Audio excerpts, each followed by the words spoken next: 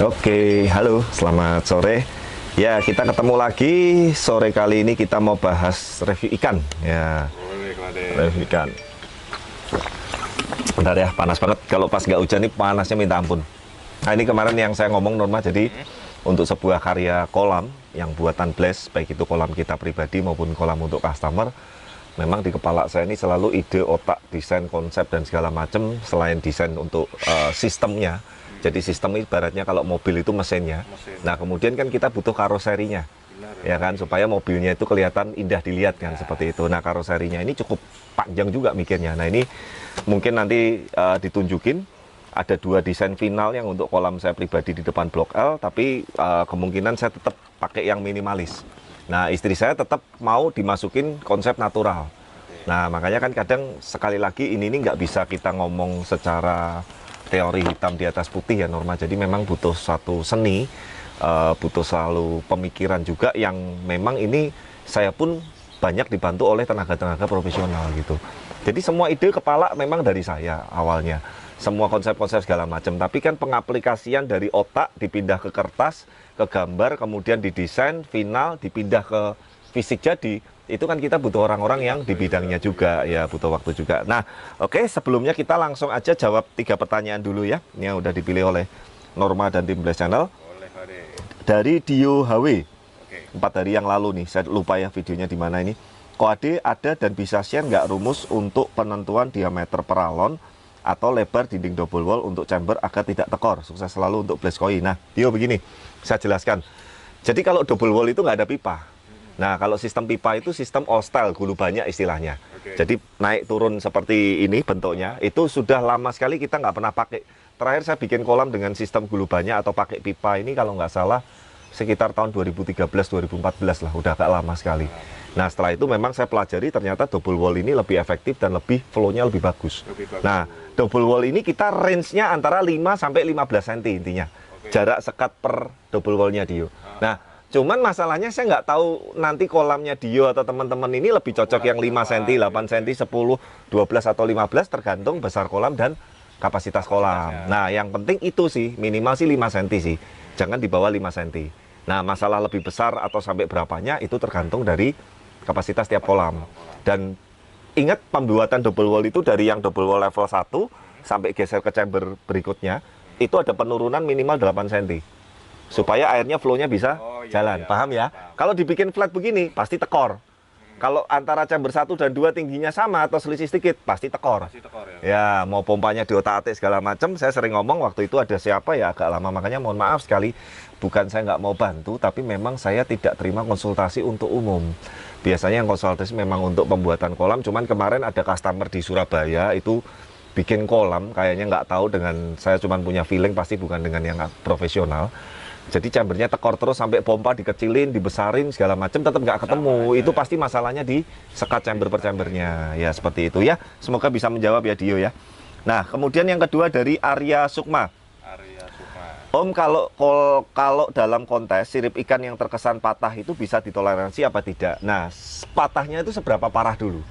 Kalau patahnya ini cuma sedikit atau matahnya ini kadang ada beberapa ekor ikan yang siripnya memang bentuknya nggak bulat, itu sekali lagi bisa ditoleransi melihat secara keseluruhan. Oke. Jadi kadang begini loh, sebetulnya ikan koi ini dengan manusia ini mirip gitu loh. Intinya kalau orang itu lebih suka itu cari kejelekannya. Kejelekan orang tuh paling gampang kita nyari. Gampang Begitu dicari. orang salah, wah udah dihujat, dibully, dijelek-jelekin, diapain gitu kan. Tapi kalau bagusnya kadang gampang dilupain gitu loh, nggak dihitung gitu loh. Nah, makanya di koi kalau yang juri yang benar, saya meskipun sampai sekarang udah 10 tahun lebih belum pernah jadi juri, tapi saya sampai sekarang minimal eksis di setiap show, bahkan setiap minggu ada show kita nggak pernah bolong. Nah, harus melihat secara overall. Contoh, oh ini ikan sama-sama bagus, yang satu ini bagusnya memang lebih tinggi, tapi siripnya ada mata sedikit, masih toleransi, gitu loh. Tapi kalau udah ikannya jelek, nggak bagus, siripnya mata, ya itu ibaratnya minusnya lebih banyak. Jadi sekali lagi Arya Sukma kita ngelihatnya overall, tapi intinya masih ada toleransi. Dengan catatan patahnya bukan cacat ya. Kalau patahnya sampai patah 100% cacat, apalagi siripnya nggak ada satu, itu memang pasti dis. Gitu. Tapi ini yang saya maksud yang agak sedikit lah nekuknya atau patahnya ya. Oke, terakhir. dari Sultan Allah 3 hari yang lalu. Om, saya mau tanya, saya pernah dengar kalau kadar TDS air kolam tinggi katanya bisa naikin warna sumi ikan koi. Betul. Ini teori ini tidak saya bantah dan memang ini sendiri pun saya mengalami. Tapi untuk pertumbuhan ikan koinya menjadi lambat. Apakah itu benar Om Ade atau kembali ke bahan ikannya? Nah, sebetulnya gini sekali lagi, tetap ya poin utamanya bahan ikan nomor 1. Tapi memang kadar TDS yang tinggi itu untuk sumi itu memang cepat naik. Tapi minusnya skin quality ikan biasanya jelek, kotor, busem. Nah, tapi untungnya TDS yang tinggi itu tidak menyebabkan kematian. Beda dengan pH, dengan amonia, dengan nitrat itu kalau sampai di luar batas itu menyebabkan kematian. Tapi kalau TDS enggak, tapi skin jelek. Nah, kalau masalah pertumbuhan, saya kurang sependapat karena pertumbuhan koi itu kembali lagi dari bahan ikannya. Ya, bukan masalah TDS-nya tinggi atau rendah. Seperti itu. Ya, semoga menjawab Sultan Alta dan kita udah menjawab 3 pertanyaan. Sekarang kita review kali ini ikan apa. Yuk, langsung aja cus. Oke, nah ini kita dibantu Mas Oyin nih. Wih, nih salah satu ikan kesayangan kita nih. Wih, ayo nak sini nak. Oke, nah ini diangkat aja.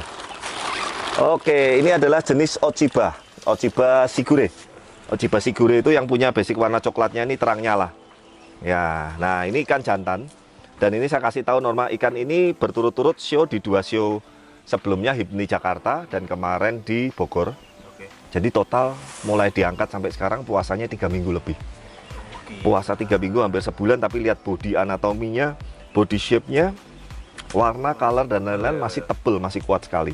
Dan ini ikan ini mentalnya bagus banget nih. Tuh. Nah, ini Ochiba import ukuran 60 BU dari farm Seijuro. Seroan yang halus, Mas. Ini kotorannya biar agak nah, biar diseroin dulu ya. Jadi usahakan memang kalau ada kotoran-kotoran yang mengganggu, takutnya ikan itu kan kadang ini lapar ya, apalagi ya dimakan sendiri atau apa, nanti malah jadi penyakit amit-amitnya. Nah, sekali lagi teman-teman, karena ini ikan jenis Ochiba, kita cari dulu pattern warna coklatnya ini yang letaknya enak, yang komposisinya enak. Betul. Kemudian warna basic abu-abunya ini juga yang bersih. Dan kemudian karena ini ikan berpola, fukuri ini juga penting sekali nih, kotak-kotaknya nih, lihat nih. Tuh. Mantap banget nih. Tuh, tegas banget kan. Dan ini ingat puasa 3 minggu lebih loh. Dan ini jantan. Ya, jantan Seijuro Farm, semoga bisa mengikuti jejak Ochiba kita yang laku diambil Pak Trisno dan customernya itu kan. Wah, itu tapi bodinya masih ini setengahnya ini Mas Yan. Kalau yang itu lebih edan bodinya, tapi secara pattern dan warna bagus ini. Dan terbukti kemarin 2 show berturut-turut. Yang show pertama dia dapat first prize, juara 1 dari semua Ochiba yang di ukuran size 60 BU dia terbaik. Di show kemarin di Bogor dia dapat juara 1 plus best variety. Best variety itu adalah gelar untuk satu ikan terbaik di satu show itu. Dari mulai kecil sampai gede. Ini Ochiba terbaik. Ya, ada. Jadi ikan ini 2 kali show 3 gelar. Mantap kan? Biasanya 2 kali show kan 2 gelar. Ini yang show kedua dia dapat double winner. Ya, nah ini memang maaf sekali sudah punya customer. Thank you banget Mr. Pengguat Magelang. Yang rata-rata ikan jumbo kita diambil ke sana. Mari Susui 80 BU, Tancokwaku 75 BU, Red Karasi yang 70 BU itu beliau memang suka yang jumbo-jumbo. Dan ikan ini pun sama beliau dianggap masih kecil. Makanya mau lanjut keeping di blast dulu ya. Yuk kita ini sudah kelamaan puasa dan karantina, biar ikannya mulai makan lagi, kita pindahin ke kolam 35 ton. Nah ini sekarang kolam 35 ton ini stok Ochiba lagi agak banyak nih. Ginrinya ada 3, Ochiba biasanya ada 25. Ya yuk kita pindah yuk Mas Oyun yuk. Ya ini kemarin kan kolam juga habis dibegos besar sekalian, mumpung masih kondisi puasa. Ada ikan-ikan jumbo yang 50 up mau masuk, kita masukin semua sekalian. Tuh. Nanti teman-teman kasih lihat waktu sudah masuk kolam. Wih, tuh. Gila ya, puasa 3 minggu bodinya kayak ikan habis dipuspakan aja nih tuh. Nah ini yang mirip itu namanya bukan Ochiba, tapi itu namanya Golden Con. Nih mirip ya, warnanya coklat-coklat keemasan. Ya ini masih available, nanti kalau udah sempat kita foto video ya, belum sempat foto video tuh, yang Ochiba barunya lihat tuh, kotak-kotaknya, coklatnya, fukurinya kan, dan dia di kolam terang tuh lihat. Yang satunya Ochiba yang biasanya agak gelap tuh. Ya kan, tapi kalau yang ini terang. Nah inilah yang saya bilang memang bahan ikannya sih, bukan masalah warnanya, karena air, karena pakan, karena suhu gitu ya. Terbukti kan memang di kolam ini suhu rata-rata antara 27 sampai 29 stabilnya di kolam ini. Ya kalau yang coklat nyala, yang gelap gitu. Jadi memang bukan karena air, pakan dan lain-lain ya. Tapi overall sih oke banget. Kita akan istirahatin dulu sampai 1 bulan ke depan. Customernya udah pesen, nanti biar istirahat makan sebulan lagi baru nanti kalau memang kepengen show-in lagi. Gitu, supaya ikannya bisa growth, bisa tumbuh, bisa makan, dan untuk kesehatan sama umur ikannya pun juga lebih jangka panjang kalau nggak setiap minggu di-push. Karena kalau kita ngikutin show terus setiap minggu artinya ikan ini nggak makan-makan nanti. Iya tuh, di-shoot lagi Norma. Ganteng ya. Asik banget tuh. Makanya saya suka ikan jantan tuh kalau yang anatomi begini ini tetap gagah banget gitu loh. Jangan cari jantannya yang lontong gitu. Dan saya senang sekali karena ini jantan, sampai nanti 3, 4, 5 tahun ke depan pun nggak usah takut pikiran untuk gendong telur dan lain-lain. Aman, overall oke semua. Ikan yang lain juga pergerakannya bagus. Air juga bagus, parameter air juga jernihnya, celingnya, softnya bagus. Mungkin nanti ada 2 ikan lagi, setelah itu kita mulai makan normal. Ya, terima kasih bagi yang sudah menyimak. Jangan lupa dukung terus channel kami, like, comment, subscribe, dan sampai ketemu di video-video berikutnya. Bye!